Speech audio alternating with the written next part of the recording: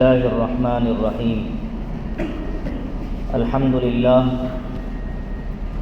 لله رب العالمين، والصلاة والسلام على سيد المرسلين سيدنا محمد وعلى آله وأصحابه أجمعين، أما بعد.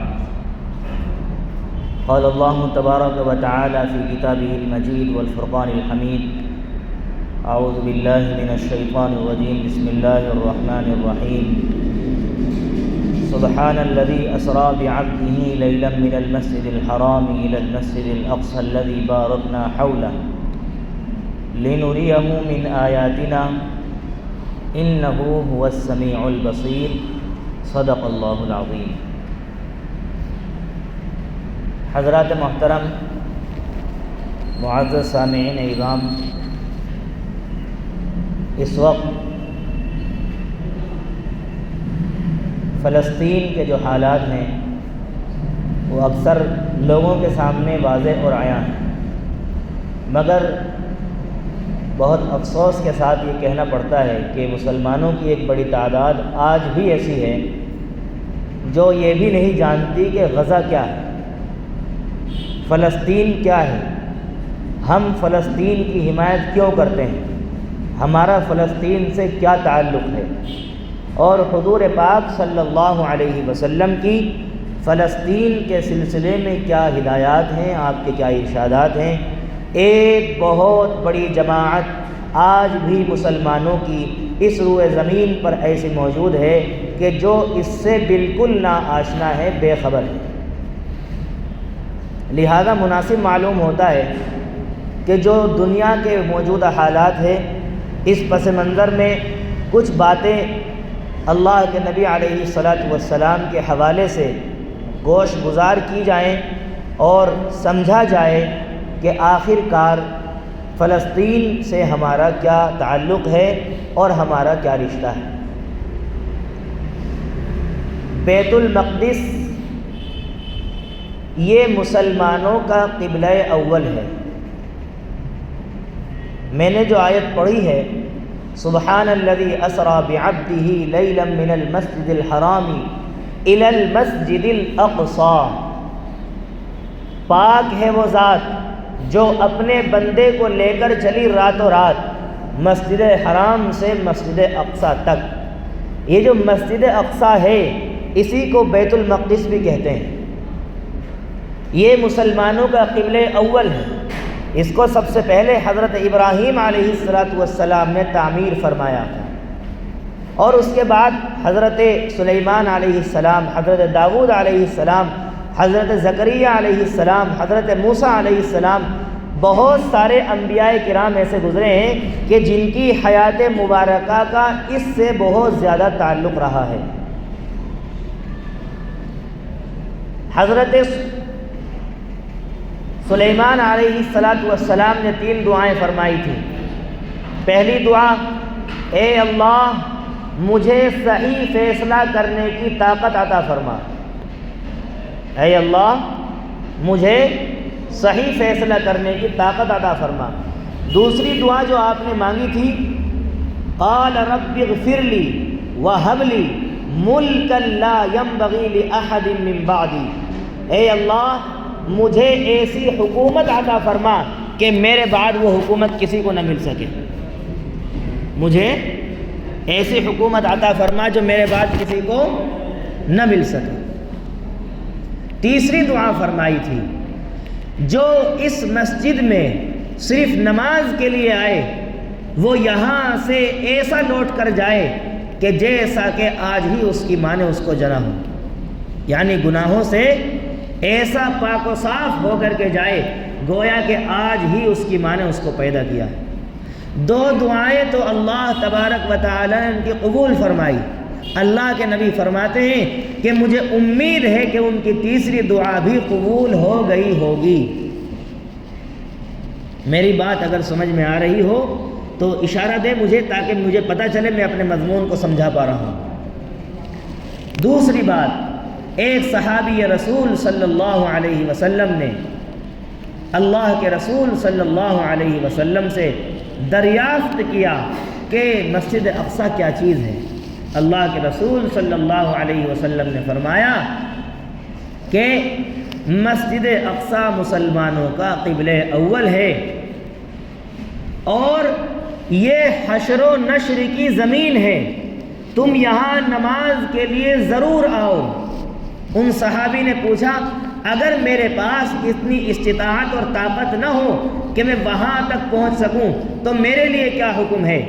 اللہ کے رسول صلی اللہ علیہ وسلم نے فرمایا کم سے کم تیل ہی کا ہدیہ بھیج دینا جو وہاں کے چراغ میں کام آئے، کم سے کم تیل ہی کا ہدیہ بھیج دینا جو وہاں کے چراغ میں کام آ سکے۔ کتنی بڑی بات اللہ کے رسول نے فرمائی ہے۔ یہی وہ بیت المقدس اور مسجد اقصی ہے جس کی طرف خود رسول اللہ صلی اللہ علیہ وسلم نے 16 مہینے سے زیادہ عرصے تک اس کی طرف منہ کر کے نماز پڑھی ہے۔ اللہ تعالیٰ فرماتے ہیں سیقول السفہاء دوسرے پارے میں قد نرى تقلب وجهك في السماء فلنولينك قبلة ترضاها۔ اے نبی ہم آپ کی پریشانی کو نوٹ کر رہے ہیں، محسوس کر رہے ہیں۔ تقلب وجهك في السماء، آپ کے چہرے گھمانے کو ہم نوٹ کر رہے ہیں، ہم ضرور آپ کی دلی تمنا پوری کریں گے، یعنی جو قبلہ اصل کعبۃ اللہ ہے ہم دوبارہ اسی قبلے کی طرف آپ کو لوٹا دیں گے۔ فَلَنُوَلِّيَنَّكَ قِبْلَةً تَرْضَاهَا فَوَلِّ وَجْهَكَ شَطْرَ الْمَسْجِدِ الْحَرَامِ، تو آپ اپنے چہرے کو، اپنے رخ کو بیت الحرام یعنی کعبۃ اللہ کی طرف کر لیجیے۔ یہی وہ مسجد اقصی ہے کہ حضرت زکریا علیہ السلام جس کے کفیل قرار پائے گئے، جس کے ذمہ دار بنے، حضرت مریم علیہ السلام کی تربیت جس میں ہوئی ہے وہ یہی مسجد اقصی ہے۔ یہ بہت بابرکت مسجد ہے۔ اللہ کے رسول صلی اللہ علیہ وسلم نے فرمایا مسجد اقصی میں ایک نماز پڑھنا دوسری مسجدوں میں 1000 نماز پڑھنے کے برابر ہے۔ مسجد اقصی میں ایک نماز پڑھنا دوسری مسجدوں میں 1000 نماز پڑھنے کے برابر ہے۔ اور یہ تو متعدد حدیث میں وارد ہوا ہے کہ صرف 3 مسجدیں ایسی ہیں جن کی طرف باقاعدہ سفر کر کے جانا چاہیے اور ان کی طرف سفر کر کے جانا درست ہے۔ نمبر 1 مسجد حرام یعنی کعبۃ اللہ، نمبر 2 مسجد نبوی اور نمبر 3 مسجد اقصی۔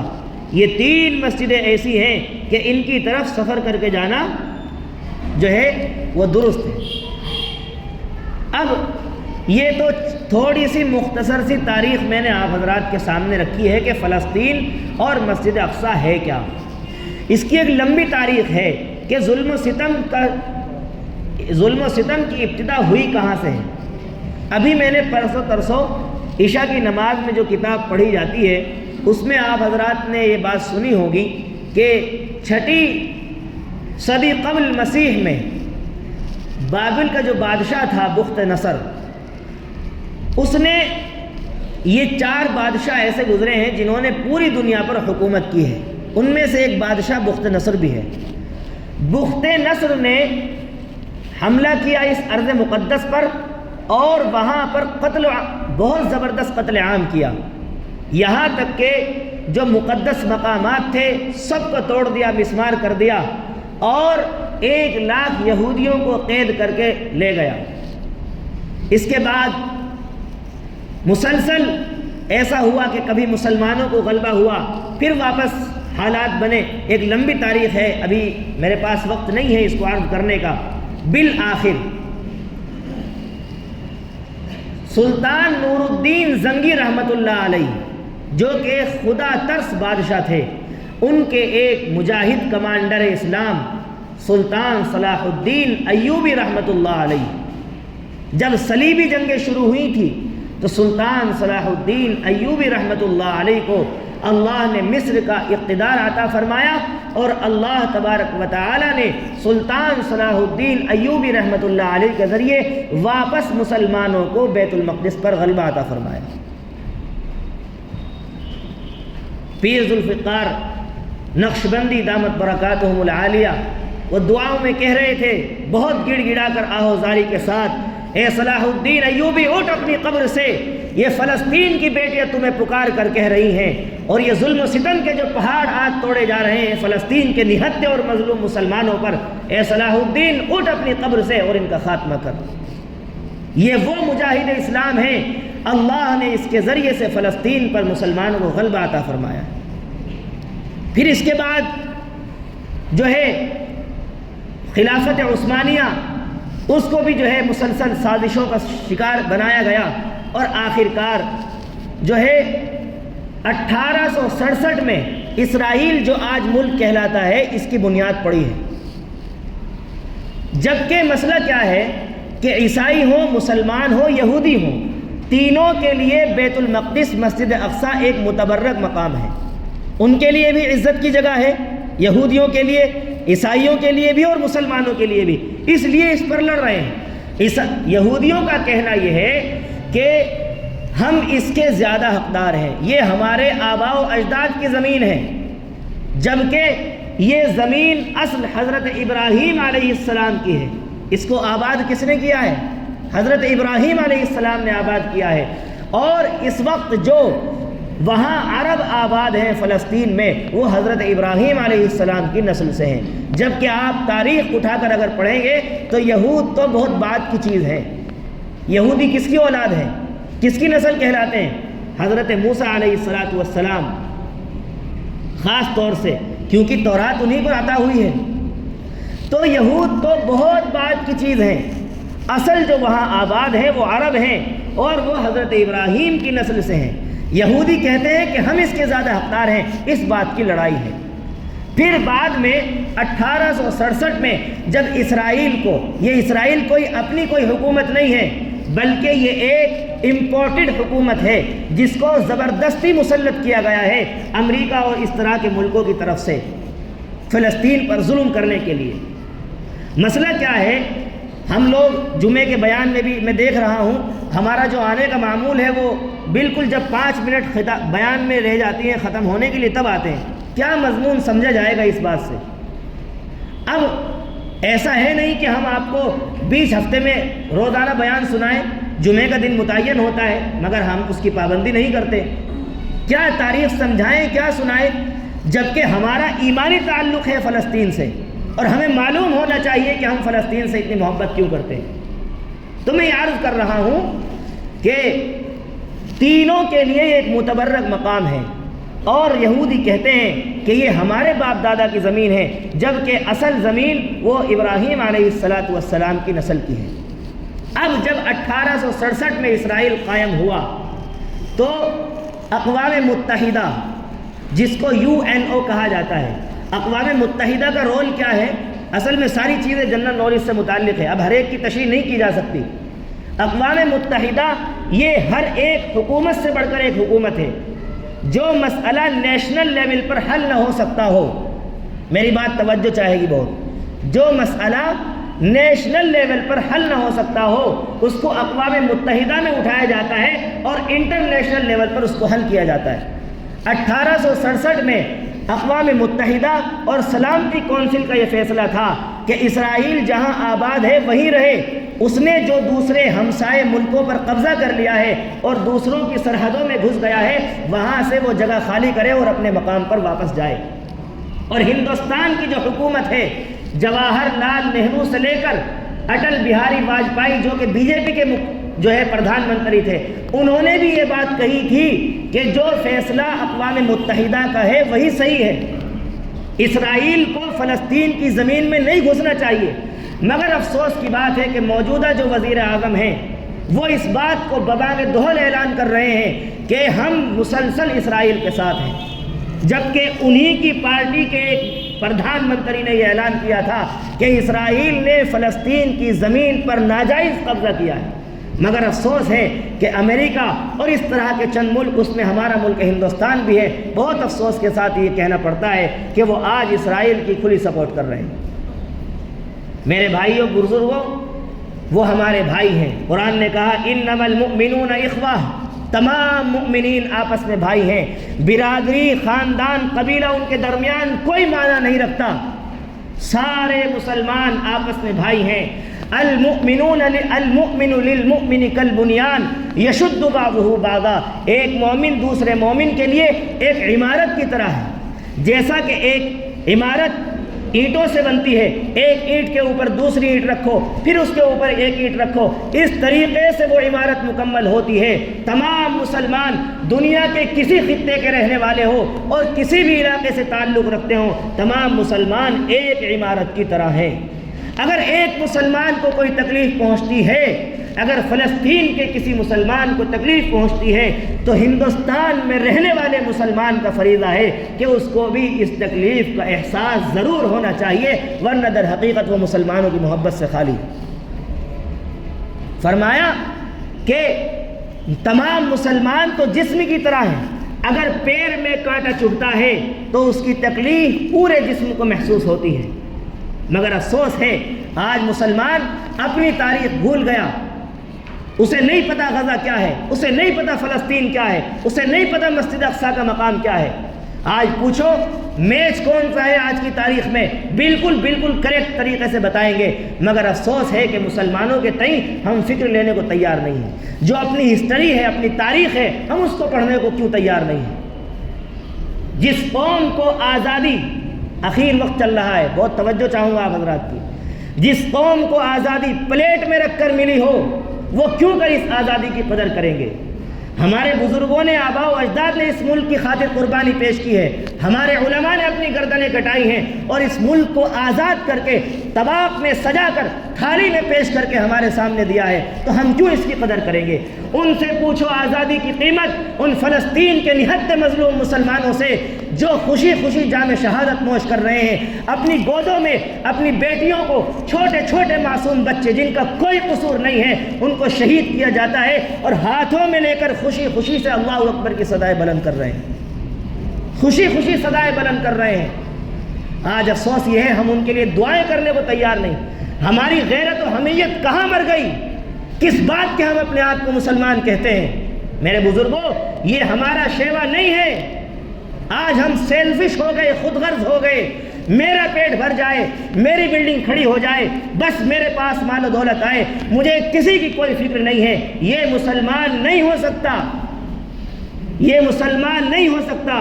مسلمان تو وہ ہے، مسلمان تو وہ ہے۔ میں نے عرض کیا فلسطین میں کسی کو کانٹا چبھے تو ہندوستان میں بڑوت شہر میں رہنے والے ایک مسلمان کو بھی اس کا درد محسوس ہونا چاہیے۔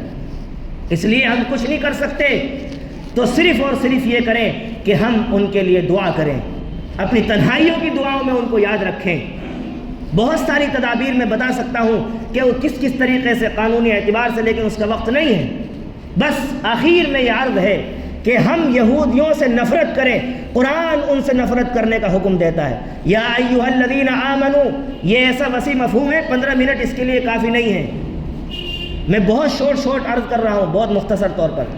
یا ایھا الذین آمنو، اے ایمان والو، لا تتخذوا اليہود والنصارى اولیاء، یہود و نصارہ کو دوست مت بناؤ، بعضهم اولیاء بعض، وہ ایک دوسرے کے دوست ہیں، ومن یتولہم منکم فانہ منہم، جو تم میں سے ان سے دوستی رکھے گا اس کا حشر بھی اسی کے ساتھ ہوگا۔ ان اللہ لا یہدی القوم الظالمین، اللہ ظالم قوم کو ہدایت نہیں دیتے۔ قرآن نے صاف طور پر منع کیا، لیکن آج ہم دیکھیں اپنے نوجوانوں کو ٹوٹل مغربی تہذیب سے دل دادا ہے، ٹوٹل مغربی تہذیب سے متاثر ہے، لباس میں ہو، چہرے مہرے میں ہو، اپنے معاملات میں ہو، کردار میں ہو، نشست و برخاست میں ہو، ہر چیز میں صرف یہودی کو فالو کر رہا ہے۔